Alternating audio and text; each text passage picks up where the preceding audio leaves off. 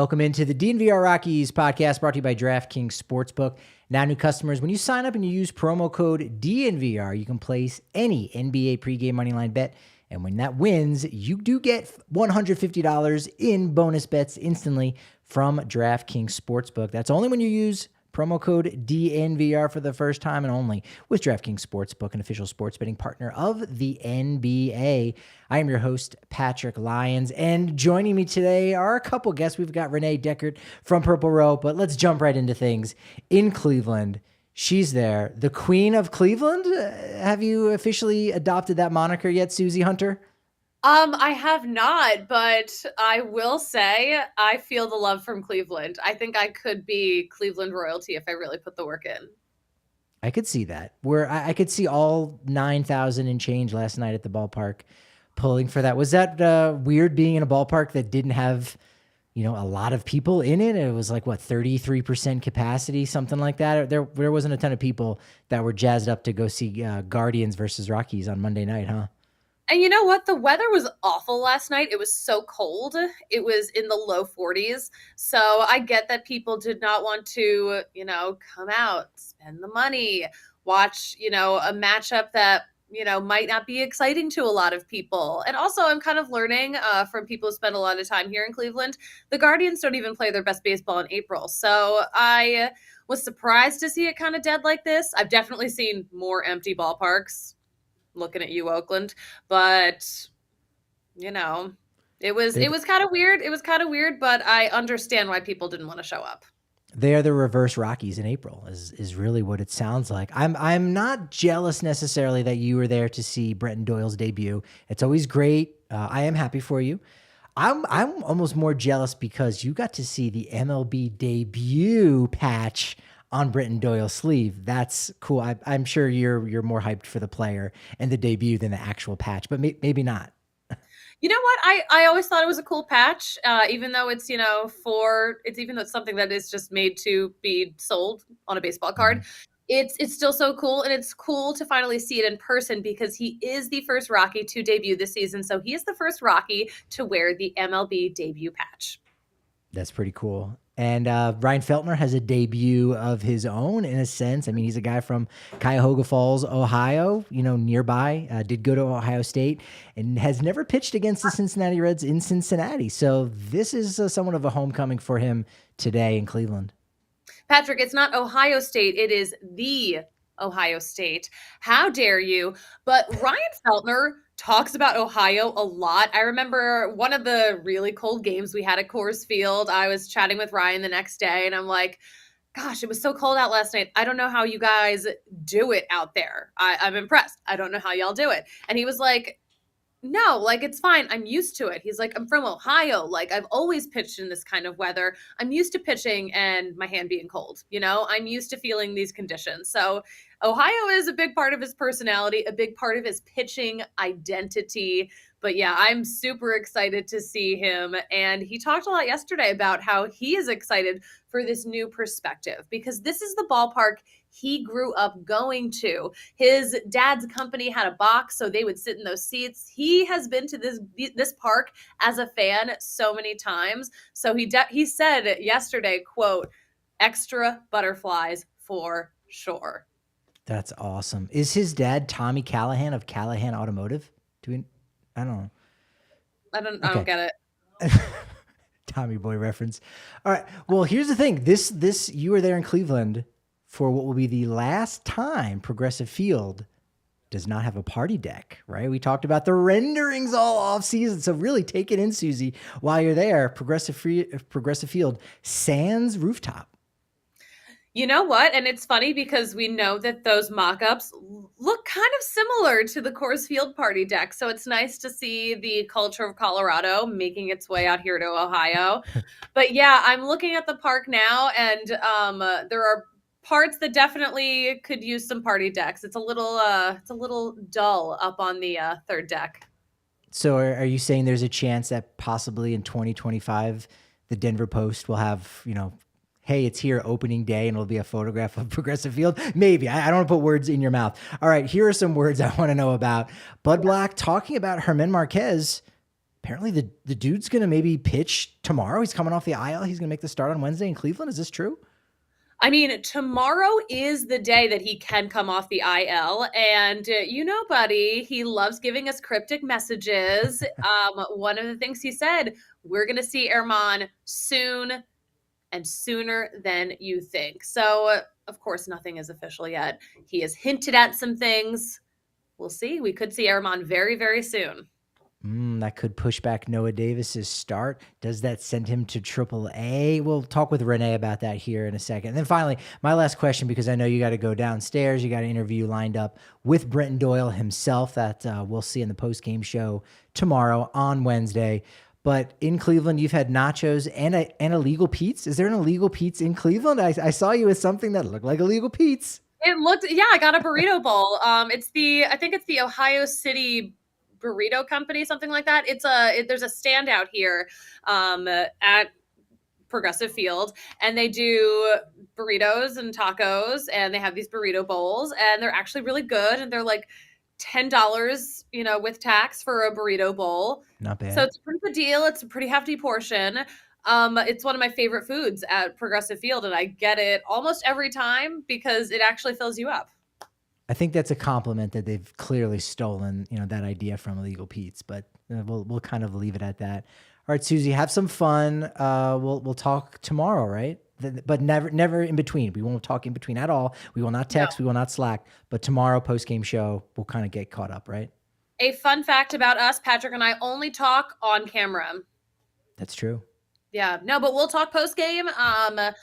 The weather is looking a little iffy. I think we'll get the game in, but there's a chance that maybe things are a little messy. We're going to keep an eye on it, but post-game, we're going to talk about this. Yep. Suzie, thank you so much. Hang in there. If the grounds crew needs any help with the tarp, I know you will jump down in there for the content. For the content and for the cleave. That's it. Thank you, Suzie. Can't wait to have her back here on the corner of Colfax and York at the DNVR bar. She might even be at the takeover on Saturday. She might even be on the bus. She might even be cracking them Breck brews. She might even be rocking the new tea. She might even get a $15 voucher in section 115 at Coors Field, because that's all that you're going to get. That's everything. Probably besides just the good vibes and the good time and hanging out with Suzie Hunter. I think I'm going to be there as a fan because that's the day off I have. So I think I might just take full advantage and just drink all the Breck brews on the bus and enjoy it. And that's what you do. You go to ball games. Technically speaking, the entire Philly series that you were there was supposed to be an off day for you. And you're like, you know what? I'll just go to Philadelphia instead. So it's on par. Exactly right. I was supposed to have off, and I'm like, nah, let's take the red eye to Philly and just consume more Rockies baseball. You couldn't pay people to go to Cleveland, and yet here you are on your day off. You're a grinder. You grind. I am a grinder. Excellent. Yeah. Diehards, you're going to get 20% off on that, on the takeover, 20% off all the shirts on dnvrlocker.com.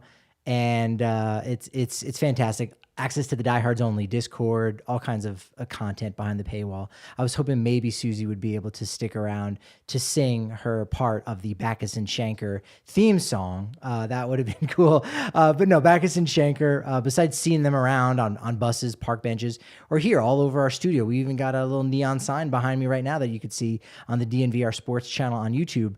The reason they're everywhere is because they do everything. They've been helping Colorado families for over 25 years. They've got 30 lawyers and 100 folks on staff. They're free until they win money in your case. They've done it to the tune of over $1 billion. Seriously, you can call them. It's free consultation. They'll even do free work for you until they win money. It's fantastic. They got neighborhood offices where you could go and sit down and talk with them. Denver, Aurora, Inglewood, Fort Collins. They're going to win your case. They'll take care of you, especially if it's an accident that wasn't your fault, whether it's a car accident, motorcycle accident, rideshare, pedestrian, trucks. Even if you've been injured at work, you can call them at 222-2222. All Dazas. That's it. Or since it's the 30th anniversary, you can say all Troy Tulowitzki's. Your call, it's 222-2222. But make that call to Backus and Shanker because they win. And you can win with Volvo Sport too. That's another thing. It's one of the largest social sports companies in the U.S. We've got one here in Denver. It's fantastic. There was bowling on Monday night. Alyssa, were you in the bowling league last night? I'm not sure if you jumped in late. No, I went to the first Monday. You went to the first Monday. It was good. No bumpers though. Maybe that's the only detractor. There are no bumpers if you go bowling. There might be other safeguards around kickball, soccer, volleyball, softball, cornhole, bocce, basketball, pickleball, you name it. They've got that. You sign up. It's amazing. $20 per month, minimum 3-month membership, or $200 for the year. You can also check out a beta version where it's only $10 a month for 3 months. It's amazing because what they're doing is when adults pay to play, the kids get to pay for free. Volo Kids Foundation is a separate 501c3 that provides free sports camps to kids in each Volo city. It's amazing. They've got leagues all around town, whether we're talking Lodo, Rhino, Uptown, City Park, Highlands, Sloan Lake, Cherry Creek, DU, Inglewood, Arvada, Aurora, Northfield, and more. Go to volosport.com and go to purplerow.com to see some of the work from our next guest right here, Renee Dechert. We haven't had you on since last off season, but I remember that office. You are calling from the university right now, aren't you? I'm not. I'm actually at my house, but I've learned I end up spending enough of my time on Zoom now that this is just how I make it look. So, but it's just my house. Oh, that's if I turn the fantastic. camera, you can see my kitchen. There you go. I like that. All right. We'll talk plenty about Rockies. You cover the team. You've been coming into Denver for a couple years now. You've seen the clubhouse. We'll talk about some of the things you've been writing, but I wanted to start off slightly left of center because you are you're a professor of literature in Wyoming. Is that correct? So I'm a professor of English. I work at one of Wyoming's 8 community colleges. I'm up here by the Montana border, not too far from Yellowstone National Park. And I haven't taught literature in a long time, but I teach courses in technical writing and professional communication. And I don't know why you ask about that, but that's what I do. You'll see. Oh, you'll see. Because there's a site. It's called Preply. That it's a language learning app and an e-learning platform. And so they analyzed close to 750,000 comments and 30,000 posts across 30 subreddits dedicated to all 30 MLB teams. So spelling, and we've talked about this in the press box, words and verbiage and what's appropriate, what's inappropriate, spellings. So I know you would find this interesting. The Colorado Rockies are apparently, our fans, are the 5th best spelling fans amongst all MLB online forums. That's pretty good. We would expect nothing less, I think. Yeah, I think so. Although the whole taco apostrophe S meme that we've created, I would have thought that would have driven our scores way down. True. But apparently we've overcome it. So that speaks to our ability. I find it interesting that the most misspelled words for Rockies fans are embarrassing, division, acquire, argument, and embarrassment. You would think we would have embarrassment down cold given everything, right? Yeah. But embarrassing and embarrassment, both on the list. Rockies fans are the 8th most likely to misspell baseball-specific terminology like strike zone. Strange. And then this one is we're cheating. And so again, this search done by Preply has missed the mark, and everyone will understand immediately. Rockies fans are apparently number 1 most likely to flex online by using old school baseball terms such as dinger. Nope, sorry. Your survey failed, I think. But I do hope that DNVR will take seriously this challenge that has emerged in the Rockies fandom about misspelling embarrassment. I think you all are in a position to really take a leadership role in that one. And I hope going forward that we can improve our scores so that the next time we are assessed by this metric, see you going to the other part, we'll do better. Look, we're DNVR. We're Denver with no vowels, so we are not anyone to judge spelling. Now, the worst spelling fans were Dodgers, Cardinals, Blue Jays. Red Sox fans were caught most often misspelling 3-syllable words. Do with that what you will. I found that interesting. Home run, fan base, and walk-off are the top 3 most commonly misspelled baseball terms. I think because walk-off is supposed to be with a hyphen. But how about this? I'm gonna ask you this one. Actually, I wanted to ask this to you first and like have you think about it a little bit. So I'm putting you a little bit more on the spot. There's one team in MLB who frequently misspells their team's name. And when you hear it again, you'll go, all right, I get it. But yeah, they misspell their team's name. And I'm like, again, I think we all know how to spell the team. It's not the city, it's the nickname. Home run, I'm still baffled by people who misspell home run, unless they're using hyphens. Well, I assume they think it's one word. Yeah. No, I assume they think it's one word. That would be my guess for same thing with fan base. I guess that would probably, it's 2 words, maybe, I mean, all right, at least you got the right letters. If you got the right letters, maybe you get a pass on something like that. But do you have any guess? And it's also the answer to this question is very timely. What team's fan base misspells their team nickname? So I'm going to guess the Guardians, and I'm going to guess it because they're new and they haven't had much practice. But you got it. Let's go. You nailed it. My word, he did not give me the answers, everybody. I just want you to know that. That's true. That's true. Do not share the outline. And you'll know that by the last question I ask her. And that's when she's going to leave the room and she's going to never want to talk to me. No, I'm just kidding. I don't have any of those questions. But yeah, Guardians, they just switch like the A and the U. And like that makes sense. You're like, the AU blend. All right. Okay. That can be difficult. But the fact that it is new, boom, they're misspelling it. That's wild. And, we should, I don't know if you want to tell people this or not, Patrick, but when I was in Denver the last time, we booted up the old Chat GPT and we asked Chat GPT to create some text using the voice of Patrick Lyons and Kevin Henry and Nick Groke, who was with us. And Chat GPT did not do very well. No.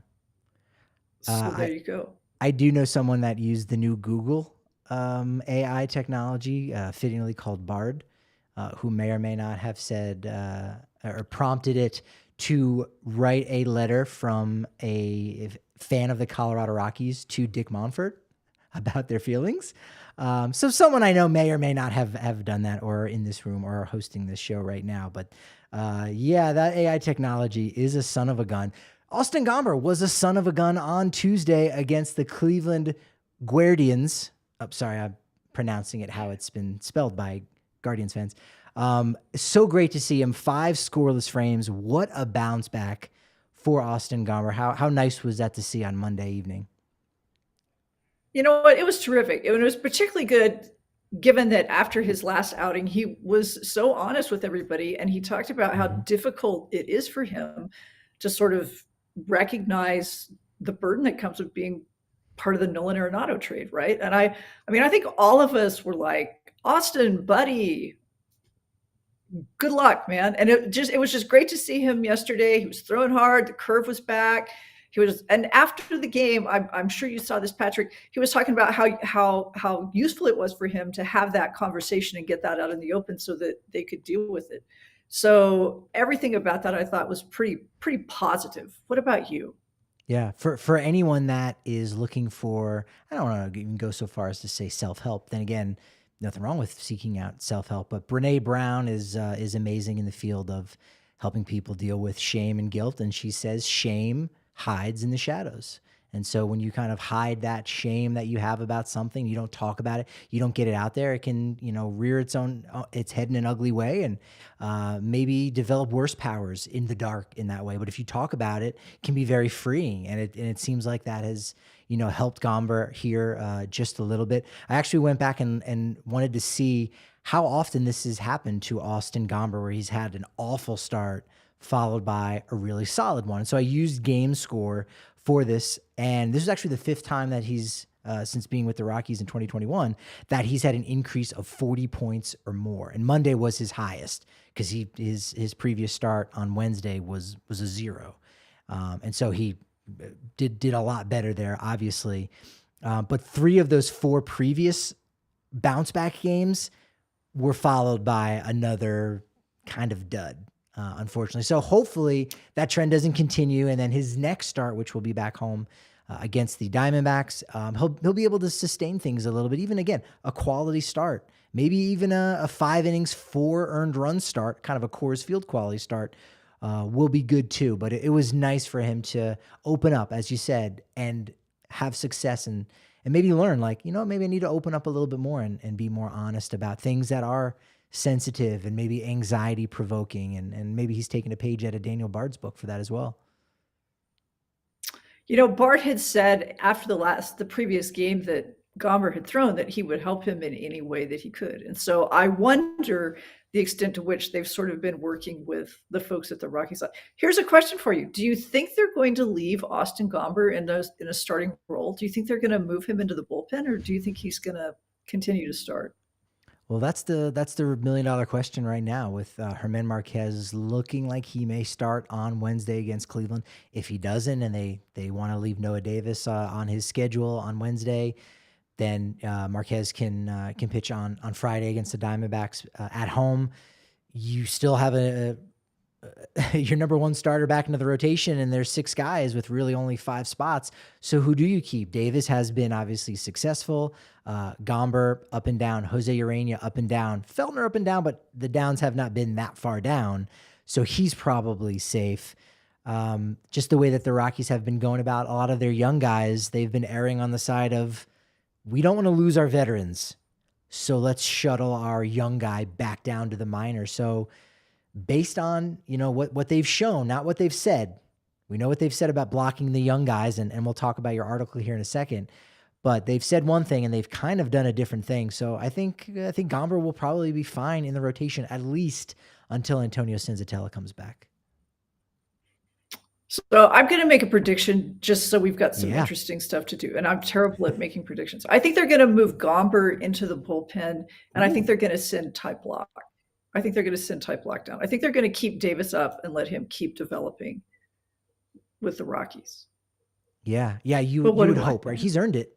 He's definitely earned that spot to stay up. And it's nice that he got promoted and he's playing, just like Brenton Doyle, who did get promoted and immediately got thrown into the starting lineup, playing center field, batting 8th. And Suzie was actually there to talk to Buddy Black and say, hey, Buddy, big league debuts, Brenton Doyle, how do you feel? And Buddy, as he always does, so it was very funny and very eloquent here about Brenton Doyle's MLB debut. It was I'm with Buddy. Anytime you get to see anybody recognize their dream, it's always pretty exciting. But it's also been interesting whenever you see the AT&T Sportsnet folks talk with the players' families. Brenton's mother's been pretty active with us on social and in Twitter and stuff. And it's just great to see all of those folks get to come together and celebrate everything that this family has worked for so long. Listen, can we see that clip of Bud Black talking about Brenton Doyle? All right, so Bud Black did discuss in that conversation the fact that, he loves big league debuts, bottom line, right? And he's seen a few of them in their day. I had to go back and look historically. Has he seen better big league debuts from Rockies players or during his time with the Padres? And I don't mean the actual singular debut itself, but the start of a guy's career. It should be in the Dropbox. So in San Diego in 2007, he saw Chase Headley, Anthony Rizzo in 2011 before he was quickly dealt, I believe, to Boston. Yasmani Grandal in 2012. He was quickly offloaded to Cincinnati. And then a couple of Rocky guys that we'll talk about in just a second here. But here's Buddy talking about, why he loves big league debuts so much. Buddy, can we circle back to Doyle real fast? Yes. I know you seem like a guy who has a soft spot for a debut. I love debuts. You know that, right? I do. I love that. I told him so when we talked this afternoon. This is what I want to ask about. What do you say to a guy before his debut? I say this is a day you'll never forget. This is a day that you would look forward to for a long time, I'm sure. I don't know how far back, right? Everybody's thinks differently about. We all had aspirations, right, in the backyard of hitting the home run. But this is real. This is a real day for him. I just told him to enjoy it as much as he could. He's got family here. He's got friends. This is a great day, and he won't forget it. That's basically what. And I told him that, this is one of my favorite days because I get to witness a player's first day in the big leagues. And beyond that, I didn't tell him this, but for me, like when guys go on to have great careers, and I was able to see their first one, when I see them again, it's sort of fun to talk about, hey, remember your first game? Remember what happened in your first game? They always recall it. They always recall the first game. Maybe we're still too close to it with Bud Black, taking over as manager in 2017. But really, if you want to talk about guys who've had strong careers that you would go back and talk about that debut for Colorado in 2017, Buddy's there for Freeland's debut, Senzatel's debut, as well as Ryan McMahon, all in 2017. Since then, again, maybe we're still a little too close to it. Eventually, we'll be talking about Ezekiel Tovar, Brenton Doyle, Noah Davis, a ton of these guys saying, wow, Buddy was there at the start of their careers. So I'm going to note Wynton Bernard, because I thought his debut was, I know it's not typical of how these things go, but what a terrific story, So that's one I would add to your list, Patrick. That's cool. That was just such a highlight. And you know what? We might have a similar story at some point this year, the way things are going, whereby guys are making their debuts and it's a great story. Still earned it. Like, that's the thing, bottom line. Let's make no mistake about it. Obviously, Wynton Bernard deserved that debut and was the next guy up on the depth chart for Colorado there, and had himself a couple very memorable games, and we could see him here again with Toronto. But Riley Pint is that guy where, 4th overall pick back in 2016, had all kinds of, arm issues and maybe mental issues to a degree, and took a step away from the game, came back, was really successful, probably should have even debuted at the end of last year if it was not for an injury. But he's on the 40-man roster, and we could have another one of those feel-good stories this summer as well.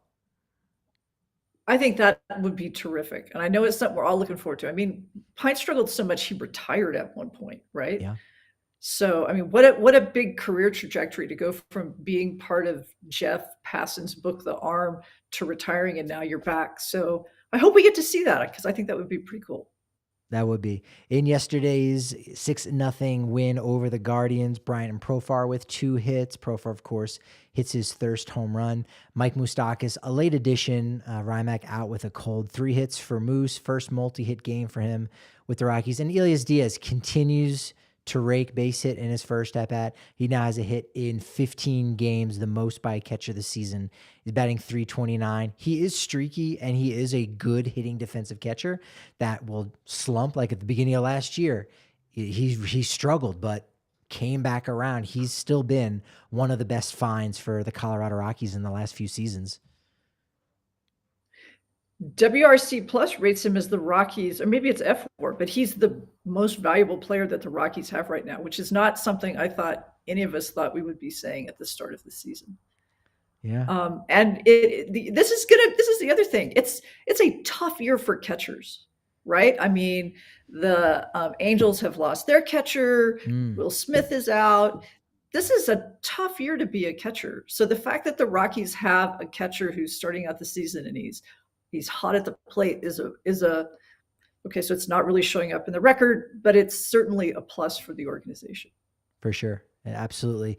Brenton Doyle got a hit yesterday in his debut, except it wasn't a hit. What's that about, Renee? What are your How sad.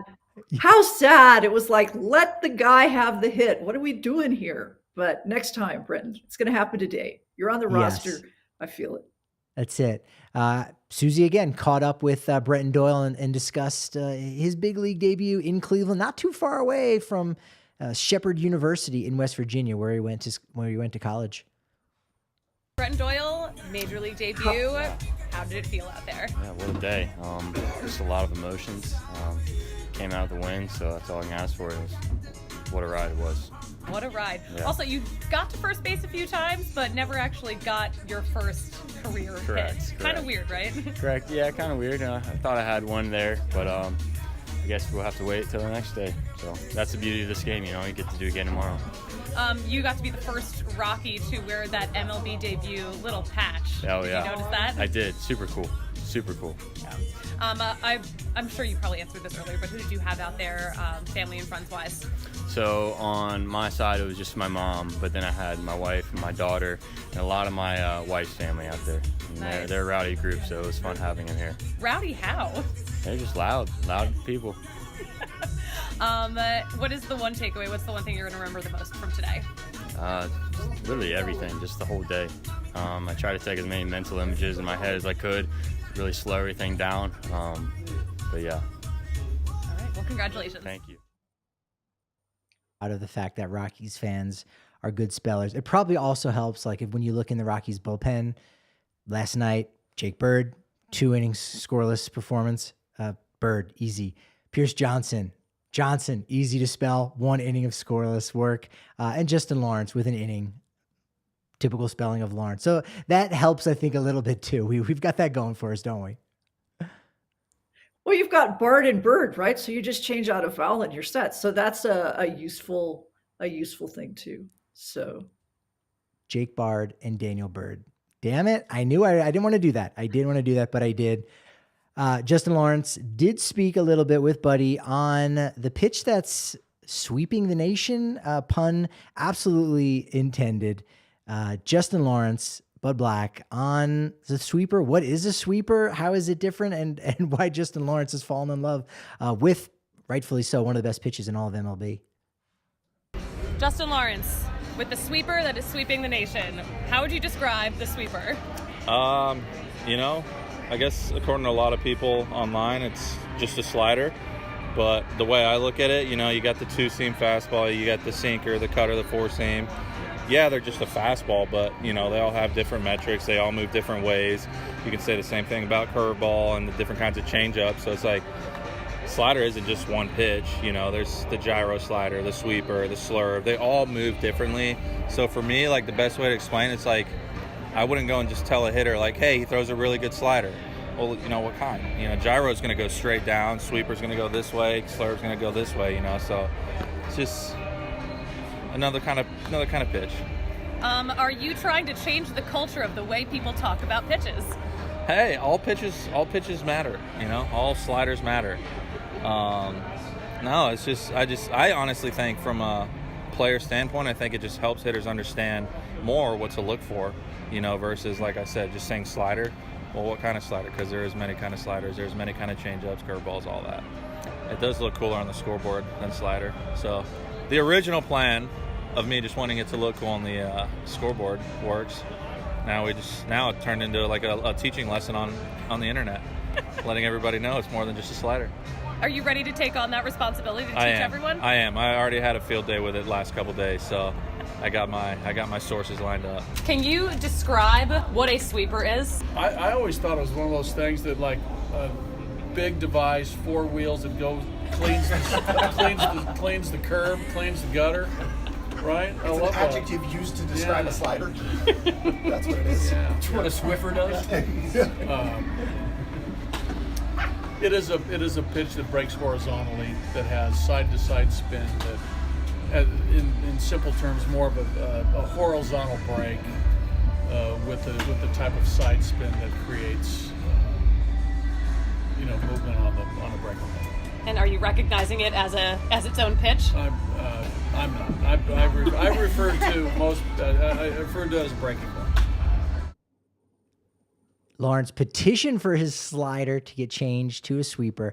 I think what we need to do now is to petition Baseball Reference to have his nickname officially placed on his page. The Lion of Panama. That's the work that we need to do now for him, for his sweeper. There's nothing holding you back. Just reach out to Sean Foreman on Twitter, propose it. I don't know what the formal process is, but you have our full support going forward with this one. And I know that Justin Lawrence likes this nickname because I've heard him say it. And so this is your crusade, Patrick. Carry on. Well, the fact that my last name is Lyons, maybe that will help kind of push it across the finish line. Like, hey, as a Lion, spelling is different. I think it's fitting. That's it. Yeah. The original reason that he wanted to change it, as we see in our chat and as he kind of discusses, he wanted to see it on the scoreboard. Like, okay, why not have fun? That's something that I think in the past, it would have been like, oh, worry about your pitching and not so much about all these other things. I think it's fine for guys to worry about stuff like that right now. It makes the game a little bit more fun, makes it more relatable to us because we worry about that kind of stuff. And, I think it's one of the things where you see the influence of like Pitching Ninja show up, right? Mm-hmm. I mean, suddenly pitching is a niche kind of thing. And when I was in Denver the last time, I asked Justin Lawrence, what's it like to be on Pitching Ninja? And he grinned and he's like, it's really cool. And he said that sometimes when pitchers will leave the field and they'll go into the dugout, somebody will say, that's going to be on Pitching Ninja. So that creates a really interesting metric by which pitchers are sort of judging each other. And I suspect that this desire to sort of differentiate your breaking pitches in this way stems from that sort of Pitching Ninja have a personality as a pitcher. Yeah.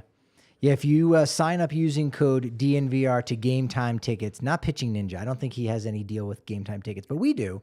We're going to get you 20% off your first purchase. And if you're getting tickets to a Rockets game, you can probably get an entire row, at least certainly enough for like a family of 4. You can probably get some Rockies tickets on Game Time with that 20% off discount using code DNVR. The cool thing is if you want to just hang out in and around the ballpark, or you're hanging out right now at the DNVR bar, you can wait up until about an hour before first pitch and still get tickets. And you got a lot of ticket brokers and folks who have those seats.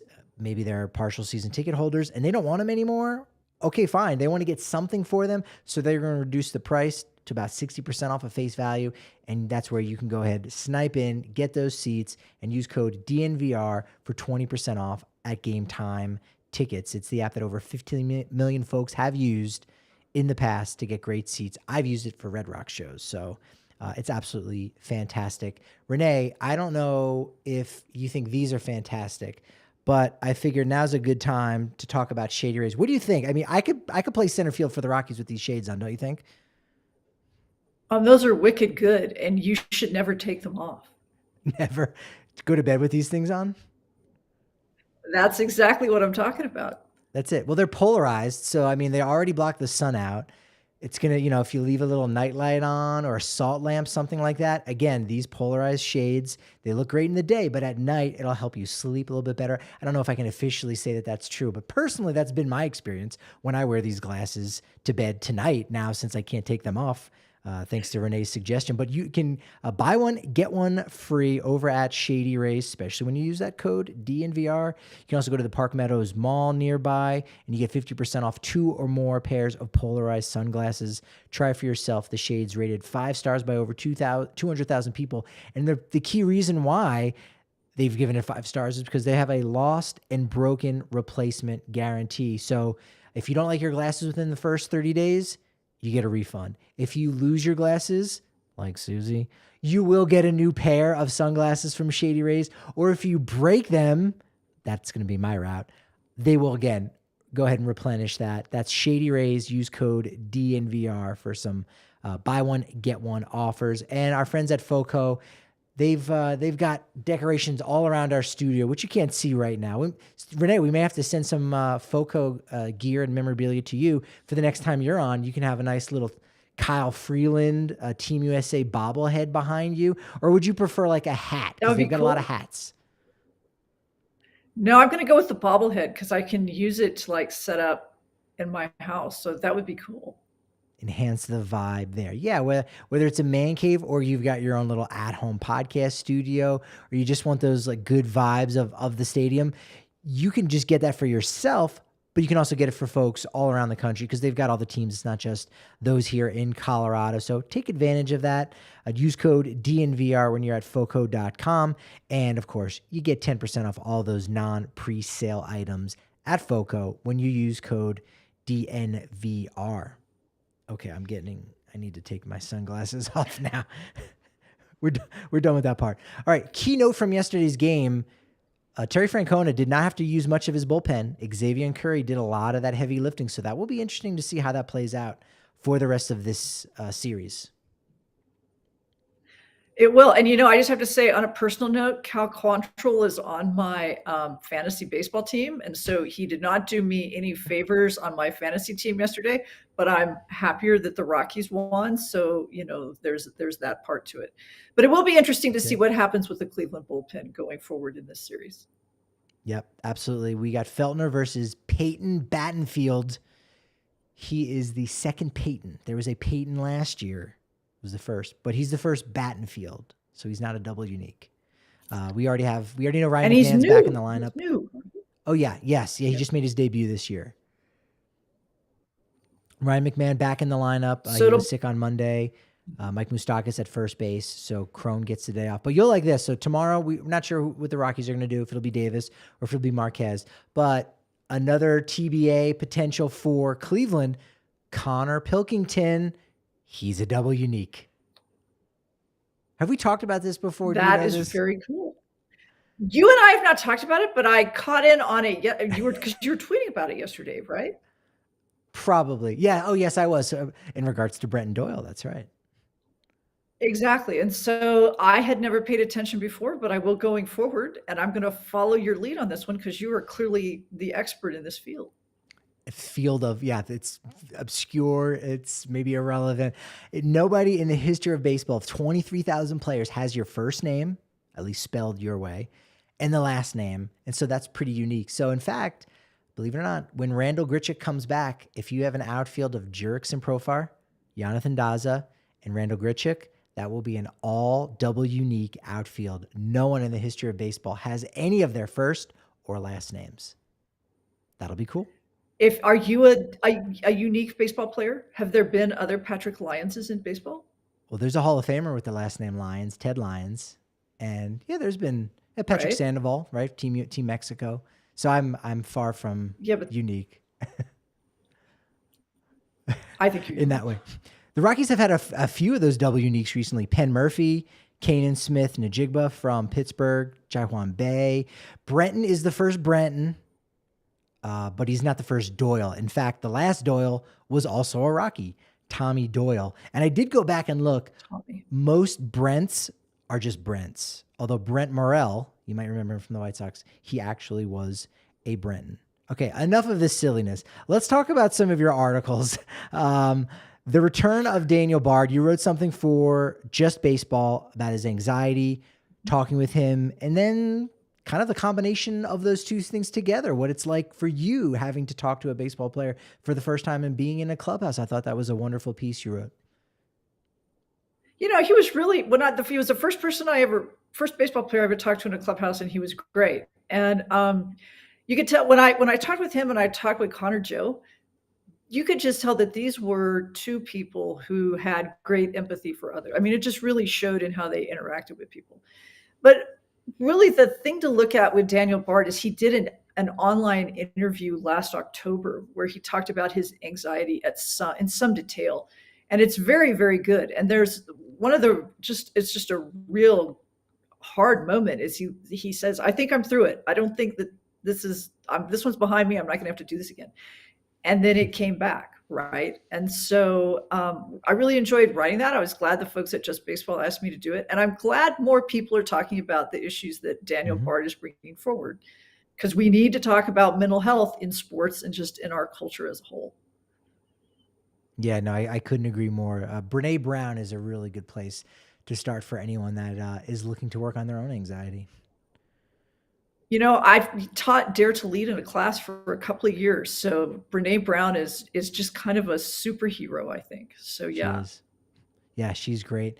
A couple of the superheroes that Rockies fans want to have, that being their young guys. Again, I wanted to talk with you about this the last couple of days when I thought about what our conversation would look like. And then lo and behold, boom, you dropped something over on Purple Row. That will be linked in the podcast description for anyone that wants to check that out and doesn't want to do a search of Renee Dechert's name or Purple Row. That's okay. It'll be linked in the description. You click on it about the fact that this offseason, Bill Schmidt said it to me in San Diego at the Manchester Grand Hyatt, talking about the bamboo theory, talking about, hey, we don't want to block the young guys. That's why we're not going to sign a guy like a Brandon Nimmo. And then we're going to acquire more young guys like Nolan Jones. We want to let the young guys have that play.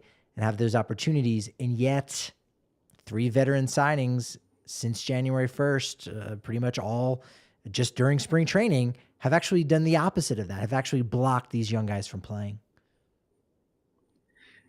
Well, we know that at this point, and we're still in small sample size territory, but we know that these are 3 players, Profar, Moustakas, and Harold Castro.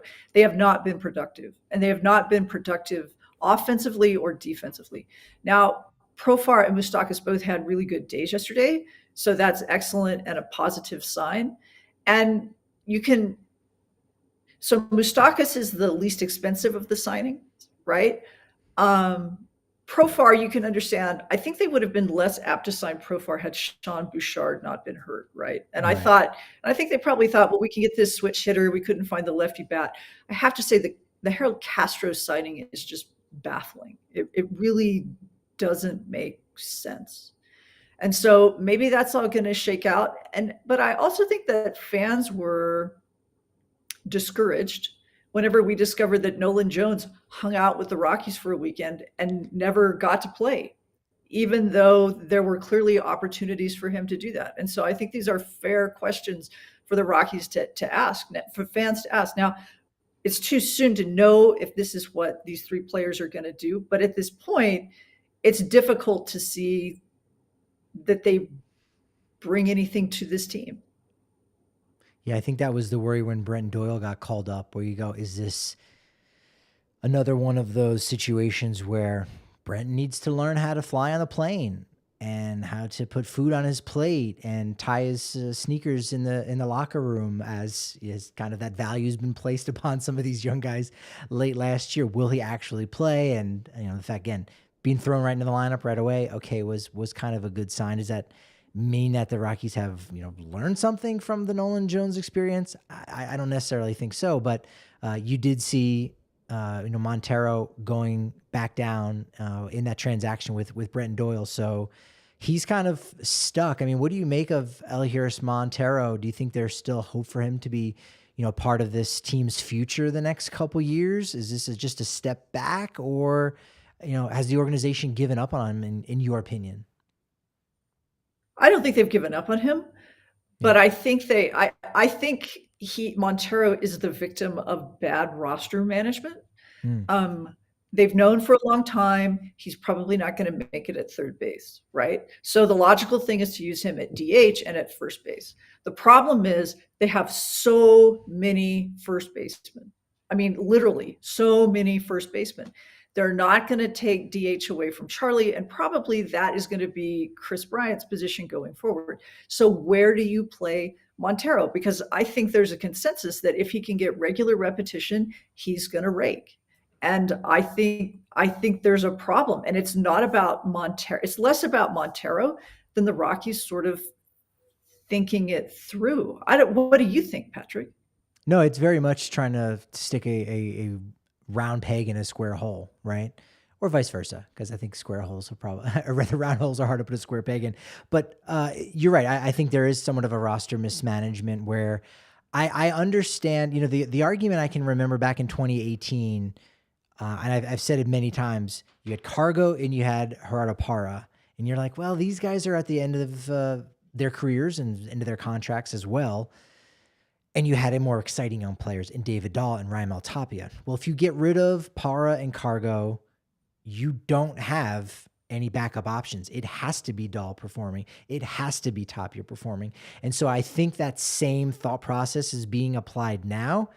That being said, if you're caught out without depth late in the season because a player's not playing well, too bad. Keep rolling him out there, lose 100 games, not a big deal. So in 2018, you were worried about depth because you were trying to go for a postseason spot. So you needed to have those guys late in the year for the marathon. Whereas right now, I mean, yeah, they're in a marathon, but just walk it. Walk the 26.2 miles. You're not going anywhere. The owner has said it exactly as much. Any of the projection system has shown the exact same thing. So just run those guys out there, and they will have to learn, unfortunately, the hard way. The organization may have to learn the hard way. But the bottom line is you will learn. This is not allowing us to learn anything about Montero's future necessarily. and learn anything about some of those guys that are at the end of their careers too, or the end of their contracts, because they've got about 8 guys that are going to be free agent at the end of this year. I think the worst case scenario, and I believe I've said it here before, because I say some things in the Discord, in the Diehards Only Discord, I say some things in the press box or to fans when we're hanging out here at the bar that I don't necessarily say on the pod, but the worst thing that could happen this year is not the Rockies lose 100 games. It's that they lose 100 games and have zero activity at the trade deadline because they feel like they need to keep these veterans in order to prevent 100 losses. You could even have 95 losses and you hold on to everybody and not make certain moves to help you out in the future. That's why they're in this predicament in the first place, because of one trade in 21 and no trades in 2022. They can't repeat that again, and that is truly the worst case scenario. You know, I agree with that. And I have to say, I don't have any problem with the Rockies starting Nolan Jones in AAA. Because if you watched him at spring training, it was not, I mean, he was one of the leaders in all of baseball with strikeout, like tied for 3rd, right? So the fact that they sent him to Albuquerque so he could, you know, work it out, get confident, but he's like tearing the cover off. Am I wrong? Does he have like the highest OPS in? At any rate, he's doing super. It's time to see what he can do with the Rockies. And conversely, I really don't have a problem with them sending Montero to Albuquerque, because he clearly needs some time to just sort of get stuff sorted and get back. So anytime you give anybody a break to sort things out, I think that's a good move.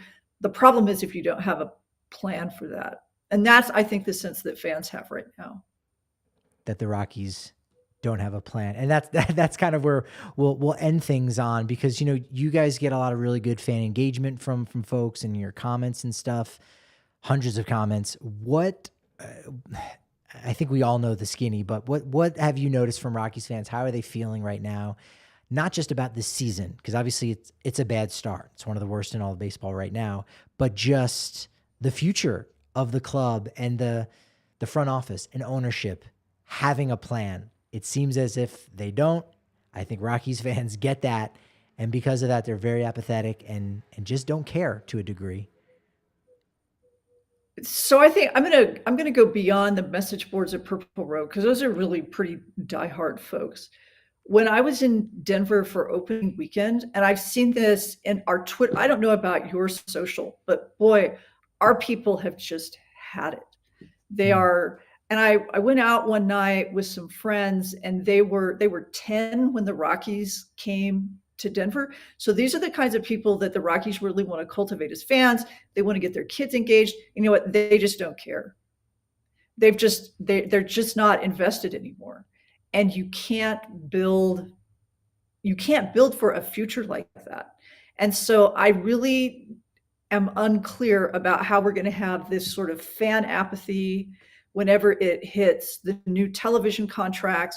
I think the Rockies are headed for a perfect storm. And the thing that I'm really watching going forward are the attendance numbers. Right. Because we're early, but we know that they're down. And so my question is, and this is beyond sort of the scope of roster management, what happens if that trend continues? What's the plan that the Monfort family has with their revenue streams? Because I think that's a real question that we're going to have going forward.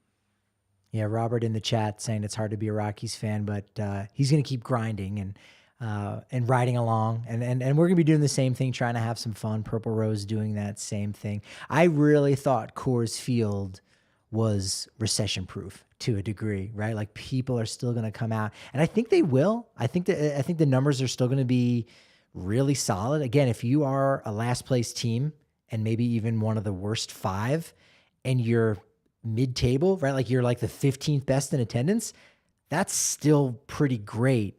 But if you are spending what Monfort and the team is on players and payroll, now you kind of have an issue. And I think if they have cutbacks, if they basically didn't spend, as your article points out, just under $10 million on those 3 free agents, well, now all of a sudden, all right, being 28th in all of baseball winning percentage and 16th in attendance, that's not so bad. You can make those numbers work, but you can't keep doing it the way that they've been doing it. So that's a question that I have going forward. And I don't know how we're going to measure that, but that's something I think everybody should keep their eye. This one just feels, this kind of fan apathy feels different, but maybe that's just me. So we'll see if there's something to it, or if it's going to get nice and everybody's going to come out and have a Coors Light and enjoy the day. Cause that's good too. That's right. And hey, we'll be trying to answer that question all season long. For us on Twitter at DNVR_Rockies, at Patrick D. Lyons is where I'm at. And go ahead and plug away, Renee, where you're at on social media as well as Purple Row. You bet. Well, I'm over at purplerow.com, and you can follow me on Twitter at Renee Dechert, and I'm publishing stuff on Just Baseball. I do some work for Pitcher List. I'm sort of keeping track of my fantasy team over there and doing some stuff. And I've got a newsletter that I do as well. So lots of stuff going on. But I always enjoy coming here to talk to Patrick and Suzie about baseball because they're fun and they know a lot. Yeah, we gotta have fun through this time for sure. And we've got to keep our momentum going at least somewhat. But unfortunately, Renee, I know you know. But for anyone that doesn't know, you know what they say about momentum and baseball podcasts? They say it's only as good as your next show. So, of course, we will talk to you on Wednesday, post-game, maybe after a Rockies series win, right here on the DNVR Sports channel on YouTube.